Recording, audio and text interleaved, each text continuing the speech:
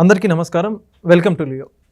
మొత్తానికి ప్రస్తుత ముఖ్యమంత్రి నారా చంద్రబాబు నాయుడు గారి మీద గడిచిన 5 సంవత్సరాలు ప్రతిపక్షంలో ఉన్నప్పుడు బాబు గారి మీద ఏ విధమైన దాడులు చేశారో ఆ దాడులన్నిటికీ సంబంధించి ప్రస్తుత కూటమి ప్రభుత్వం వాటిని తవ్వి తీసే పనిలో బిజీగా ఉంది. అందులో భాగంగా నందిగామలో ఏదైతే అప్పుడు నారా చంద్రబాబు నాయుడు గారు బాదురే బాదురు కార్యక్రమంలో భాగంగా నందిగామలో పర్యటిస్తున్న సమయంలో ఆయన మీద రాళ్ల దాడి చేయడం జరిగింది. అందులో సెక్యూరిటీ ఆఫీసర్కి కూడా తలకు గాయాలయ్యాయి. ఇప్పుడు ఆ కేసులో పురోగతి వచ్చిందని చెప్పుకోవాలి. అప్పటి పోలీసులు నీరుగార్చే ప్రయత్నంలో ఉంటే ప్రస్తుత పోలీసులు మాత్రం వాటన్నిటిని బయటకు తీస్తూ ఉన్నారు. అయితే ఈ కేసుకు సంబంధించి పూర్తి వివరాలు వెల్లడించే క్రమంలో ఎవరినైతే పోలీసులు ప్రాథమికంగా విచారణ చేస్తున్నారో కొన్ని కీలకమైనటువంటి పేర్లు బయటకు రావడం జరిగింది. అదే నందిగామ మాజీ ఎమ్మెల్యే మొండితోక జగన్మోహన్ రావు, అదేవిధంగా ఆయన సోదరుడు మొండితోక అరుణ్ కుమార్. అసలు వీళ్ళిద్దరూ ఎందుకు చంద్రబాబు నాయుడు గారి మీద రాళ్లదాడి చేయించాల్సిన అవసరం వచ్చింది, ఇవన్నీ కూడా తెలుసుకునే ప్రయత్నం చేద్దాం. మనతో ఉన్నారు సీనియర్ జర్నలిస్ట్ దుర్గా కుమార్ గారు. సార్ నమస్కారం అండి. నమస్కారం వెంకట్ గారు, మన వీక్షకులు కూడా నమస్కారం. మొత్తానికి బాబు గారి మీద 5 సంవత్సరాలు గడిచిన 5 సంవత్సరాలు దాడులు విషయాల్లో పరంపరగా అసలుకి ప్రస్తుతం ఎవరు వెనక తగ్గట్లేదు. పోలీసులు కూడా గడిచిన 5 సంవత్సరాలు పోలీసులు ఏ విధంగా పనిచేశారో మనం చూసాం. అయితే ఇప్పుడు పోలీసులు మాత్రం వాళ్ళ స్పీడ్ పెంచారని చెప్పుకోవాలి మనం. మొండితోక జగన్మోహన్ రావు, మొండితోక అరుణ్ కుమార్ ఒక ఆర్గనైజ్డ్ క్రైమ్గా చేశారని చెప్పేసి వాదనలు వస్తూ ఉన్నాయి. అసలు ఎమ్మెల్యేగా ఉండి 14 సంవత్సరాలు ముఖ్యమంత్రిగా ఉన్నటువంటి వ్యక్తి మీద రాళ్ల దాడి చేయించడం ఎంతవరకు సమంజసం అంటారు? అప్పటి పోలీసులు దీన్ని ఎందుకు లైట్గా తీసుకున్నారు? ఇప్పుడు ఇది ఎంతవరకు సమంజసం అనేది ప్రజలు తేల్చేశారు కదా వెంకట్ గారు. డాక్టర్ మొండితోక జగన్మోహన్ రావు మొన్న ఎన్నికల్లో చిచ్చుగా ఓడిపోయాడు. అంటే ఎంతవరకు అది సమంజసం కాదని.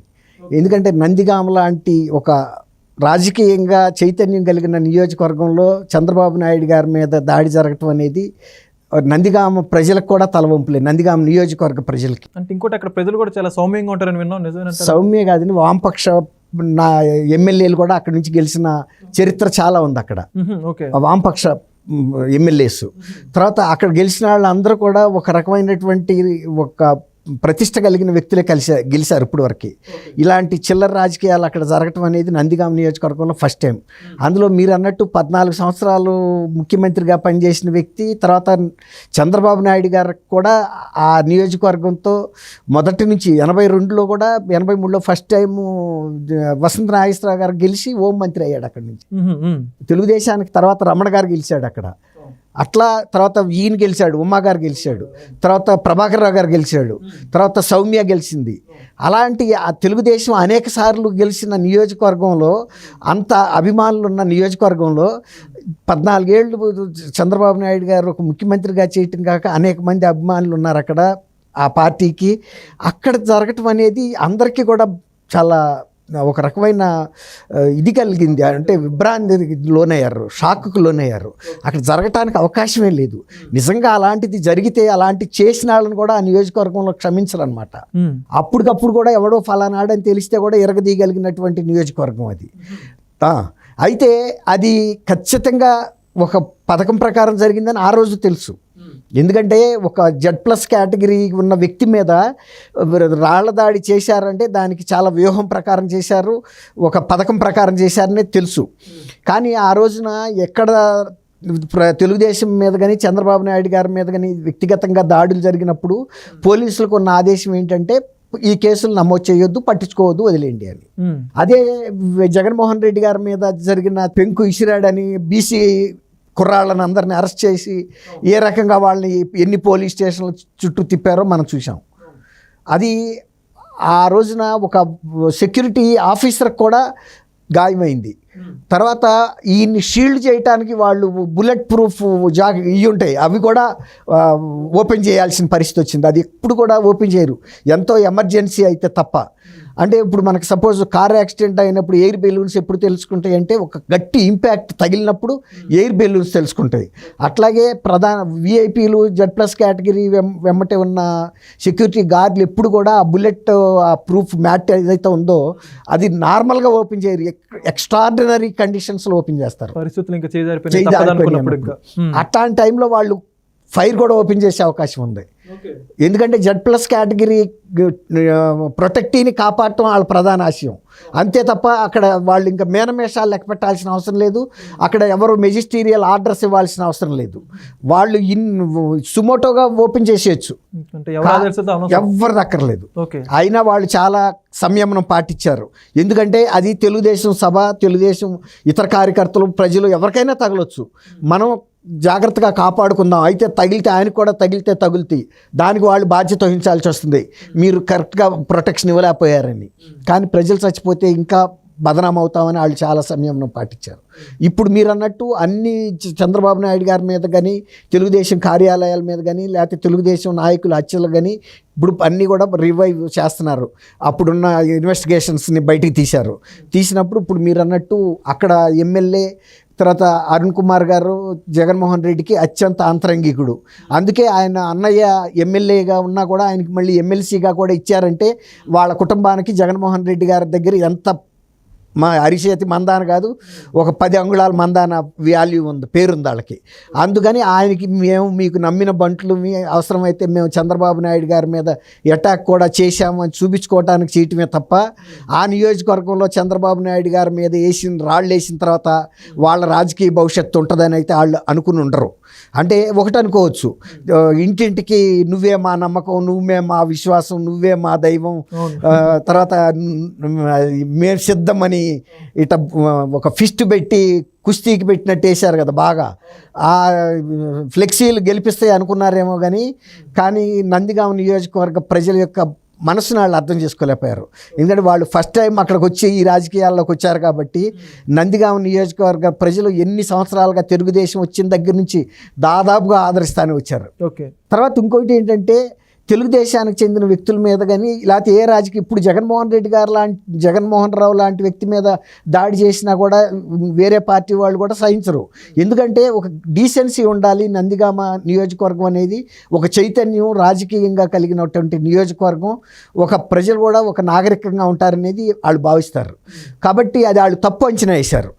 అది అక్కడ చేయకూడదు. వాళ్ళు నీకు ఎమ్మెల్సీ ఇస్తే ఇవ్వచ్చు, కానీ చంద్రబాబు నాయుడు గారి మీద నందిగామలోనే దాడి చేస్తే మీ అన్నయ్యని మళ్ళీ ఎమ్మెల్యేగా గెలిపిస్తారని ఆయన ఎట్లా ఊహించాడో మనం అర్థం చేసుకోలేము. అంటే జగన్మోహన్ రెడ్డి గారి గురించి ప్రజలు నమ్మేది ఏంటంటే ఇలాంటివి చేస్తే నేను పదవులు ఇస్తానని చెప్పి ఇస్తాడు. ఆయన ఇస్తాడు కానీ ఆయన సీట్ అయితే ఇచ్చాడు కానీ ప్రజలు ఓట్లు వేయలేదుగా. ఓకే, ప్రజల ఆశీస్సులు కాదు, జగన్మోహన్ రెడ్డి సీట్ ఇవ్వగలడు, ప్రజల్లో ఓటేలేరు. అది అట్లాంటప్పుడు కొంచెం వాళ్ళు సంయమనం పాటించి ఉండాల్సింది. నేను వ్యక్తిగతంగా నేను కూడా ఆ నియోజకవర్గానికి చెందిన వ్యక్తిని కాబట్టి నేను కూడా ఎమర్జెన్సీ టైం నుంచి కూడా ఆ నియోజకవర్గ రాజకీయాలను గమనిస్తున్నాను. ఆ నియోజకవర్గంలో ఎన్నికైన ప్రతి శాసనసభ్యుడు అందరూ వసంత నాగేశ్వరరావు గారి దగ్గర నుంచి జగన్మోహన్ రావు గారి దాకా తెలుసు. నాకు అరుణ్ కుమార్తో పరిచయం లేదు. జగన్మోహన్ రావు గారు కూడా మరి అటువంటి దాన్ని ఎందుకు ప్రోత్సహించాడో తెలీదు. మీరు అన్నట్టు జగన్మోహన్ రెడ్డికి ఇవి బాగా ప్రేమ కలిగిస్తాయి, ఆయనకి సంతృప్తి చెందుతాడు అని అనుకుని ఉండొచ్చు. ఓకే, అటువంటి సంస్కృతి నందిగామ నియోజకవర్గం సహించదనేది మరొకసారి రుజువైంది. దాంతో ఇప్పుడు మీరు అన్నట్టు ఈ పునర్విచారణ మొదలెట్టినప్పుడు మరి వీళ్ళిద్దరూ దోషులుగా తేలారంటే దాన్ని వాళ్ళు ఫేస్ చేయక తప్పదు. ఎందుకంటే అనేక మంది శాసనసభ్యులు, మాజీ మంత్రులు ఇలాంటి దాడుల్ని అక్కడ అన్నిసార్లు ప్రోత్సహించారు, ఇక్కడ ఒకసారి ప్రోత్సహించారు నేను అంటలేదు. కానీ వీళ్ళు చేయకూడదు. ఎందుకంటే ఈ నియోజకవర్గంలో వాళ్ళు కొత్తగా ఇక్కడికి వచ్చారు. గతంలో అనేక సార్లు తెలుగుదేశం అక్కడ గెలిచిన సందర్భం ఉంది. తర్వాత ఇతర పార్టీల వాళ్ళకి గెలిచినా కూడా ఇలాంటి రౌడీ పనులు ఎప్పుడు కూడా అక్కడ చేయలేదు ఎవరి మీద కూడా. ఫస్ట్ టైం నందిగామలో జరిగిన సంఘటన, అది కూడా కొద్దిగా తీవ్రమైన సంఘటన.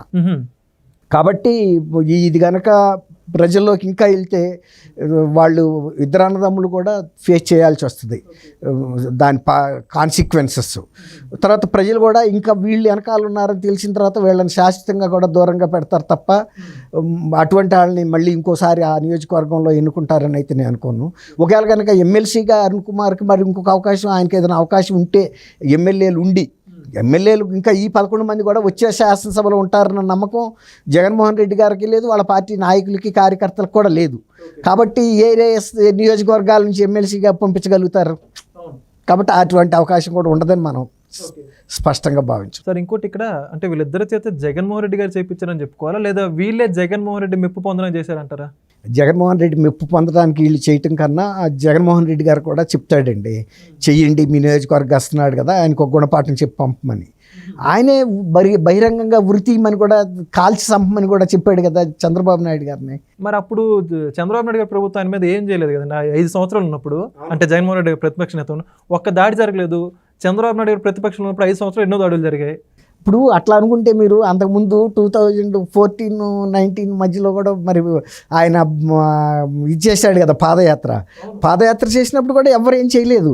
ఇప్పుడు అంతెందుకు తెలంగాణలో షర్మిల పాదయాత్ర చేసినప్పుడు ఇక్కడ ఏమైనా దాడులు జరిగినా దాదాపు జరగల. ఏదో ఒక చిన్న సంఘటన జరిగి ఆమె వచ్చి ఇక్కడ ప్రగతి భవన్ ముందు, దాని ప్రగతి భవన్ అన్న సీఎం రెసిడెన్స్ని ధర్నా చేస్తుంటే క్రేన్తో ఎత్తుకెళ్ళిపోయారు కదా కారుని.